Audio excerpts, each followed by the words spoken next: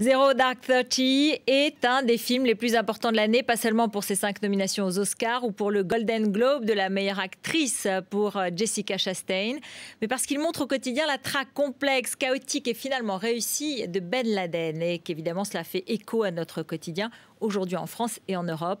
C'est un grand moment de cinéma, car Catherine Bigelow, la réalisatrice, n'a pas son égal pour maintenir la tension, notamment dans la scène finale de l'assaut de la maison. Elle était déjà primée pour Des mineurs, son précédent film. Elle suscite encore aux États-Unis la polémique sur l'usage de la torture, sur l'origine de ces informations.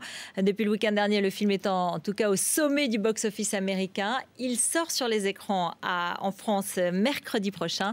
Nous avons rencontré hier Catherine Bigelow à Paris et son scénariste Mark Boal. Merci Catherine Bigelow de répondre à nos questions. Merci à vous. La chasse à l'homme, la chasse à Ben Laden est considérée comme une des plus importantes chasses à l'homme dans l'histoire. Mais vous, dans votre film, vous vouliez célébrer la revanche des Américains sur le terrorisme ?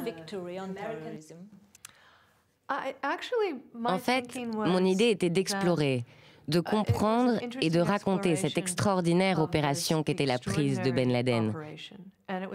Mais vraiment l'opération elle-même. Par exemple, quelle organisation logistique avait été nécessaire pour retrouver cet homme contre toute attente? Quelle était la psychologie de ces hommes et de ces femmes au cœur de l'opération? Voilà ce qui m'intéressait. Pour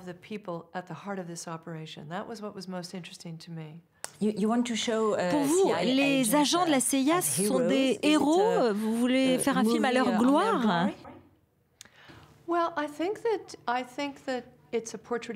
Eh bien, c'est plutôt un récit sur le dévouement et la détermination. Et cela va bien au-delà d'une simple description du job d'agent de la CIA.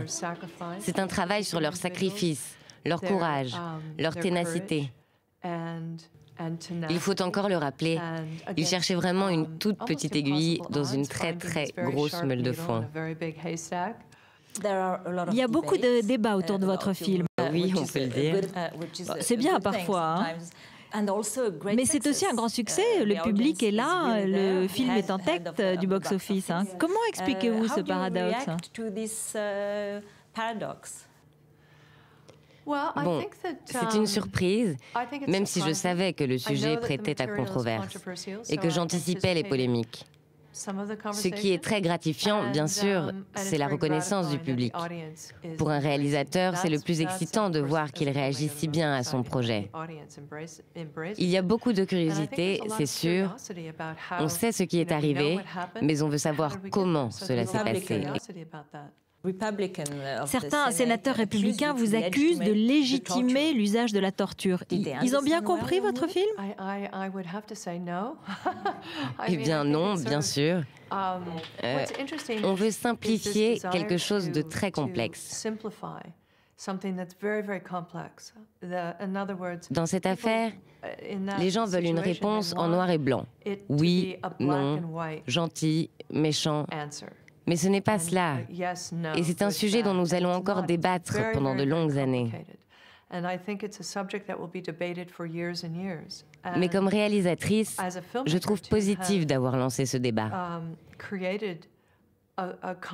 Il est sain, il est utile, pour que de tels excès regrettables ne se répètent pas.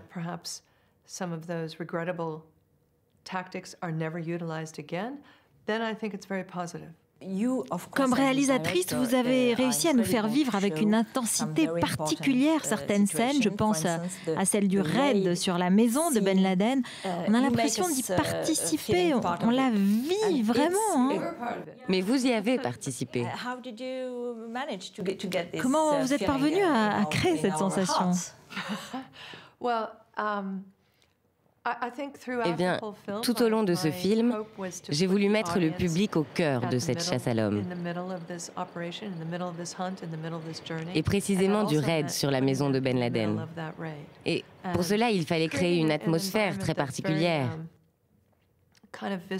Les acteurs ont aussi tellement bien incarné ces rôles Vous vous sentez vraiment avec ces hommes. Et techniquement, c'était un véritable défi. On a tourné de nuit, une nuit sombre sans aucun éclairage, pour avoir vraiment le même effet qu'avec des lunettes à vision nocturne. On a reconstitué fidèlement le raid, on a reconstruit la maison. Toute la structure a été conçue pour pouvoir tourner les plans extérieurs et intérieurs en continu. J'ai travaillé avec des commandos de marine à la retraite pour être sûr que les mouvements des acteurs seraient justes. Ils nous ont expliqué les manœuvres d'approche de la maison, très précises, très méthodiques, et cela donne des images très proches de la réalité.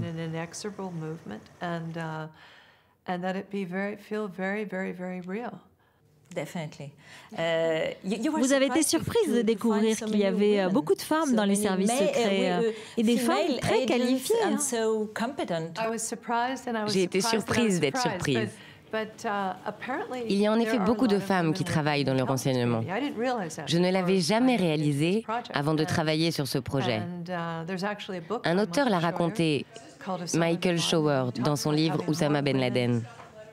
C'est un ancien agent de la CIA. Il dit qu'il y avait plus de femmes que d'hommes dans son équipe. C'est assez courant en fait. J'étais très excitée de le découvrir et de raconter l'histoire de cette femme qui était au centre de la traque de Ben Laden.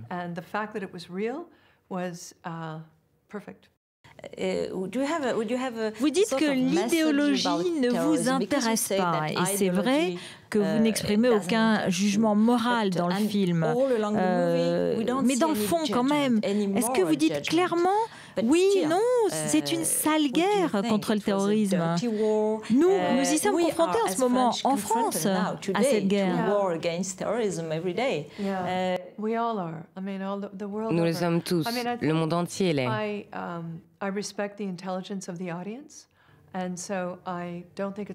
Je respecte l'intelligence du public. Je ne suis pas dans le jugement. J'essaye de faire le récit le plus objectif possible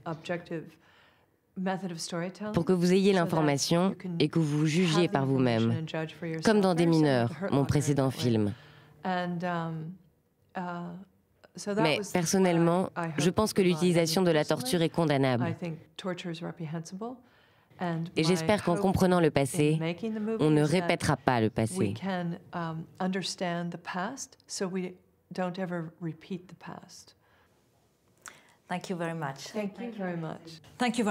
Merci beaucoup, Mark Ball, de répondre à nos questions. Votre film est un grand succès aux États-Unis. Le définiriez-vous comme une fiction ou un documentaire pour l'histoire?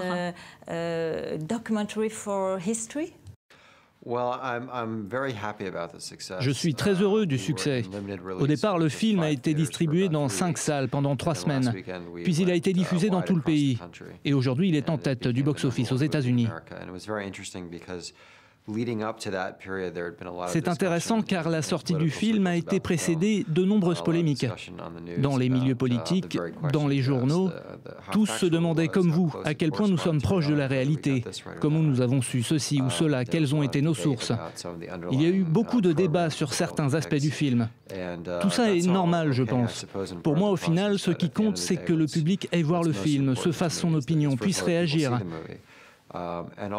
Et ce qui me rassure, c'est que le public américain ne se soit pas laissé dicter son attitude par le gouvernement.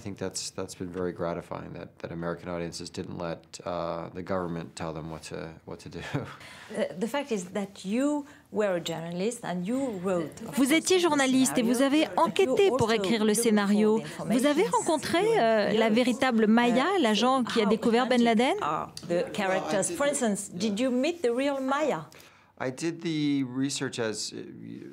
J'ai fait les recherches comme un journaliste, mais j'ai écrit le scénario comme un auteur dramatique. C'est un film, pas un reportage. J'ai rencontré un certain nombre de personnages impliqués dans l'opération, des agents de renseignement, des militaires, mais je ne vous donnerai pas plus de détails sur leur identité ou leur rôle. Même si je suis un auteur, je dois les protéger en tant que journaliste. Il y avait un autre débat avant votre film. Est-ce que le but de la mission, c'était de tuer ou de capturer Ben Laden? Et on n'a pas vraiment clairement la réponse dans le film. Dans le film, il s'agit d'un assassinat. Il n'est pas vraiment question de capture dans le film. Les gens ont dit qu'il y avait une possibilité de le capturer. Mais c'était un objectif inatteignable. Nous, comme Français, nous sommes confrontés au terrorisme aujourd'hui. Nous sommes en guerre. Quel message auriez-vous?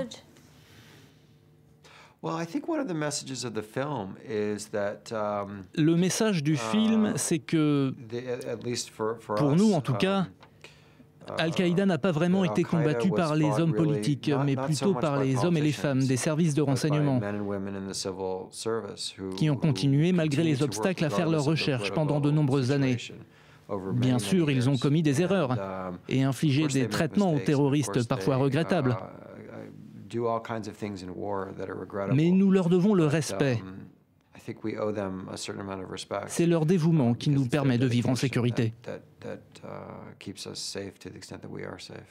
Être patriote et faire confiance aux services de renseignement? Non, je ne dirais pas cela. Je dirais qu'il s'agit de les respecter.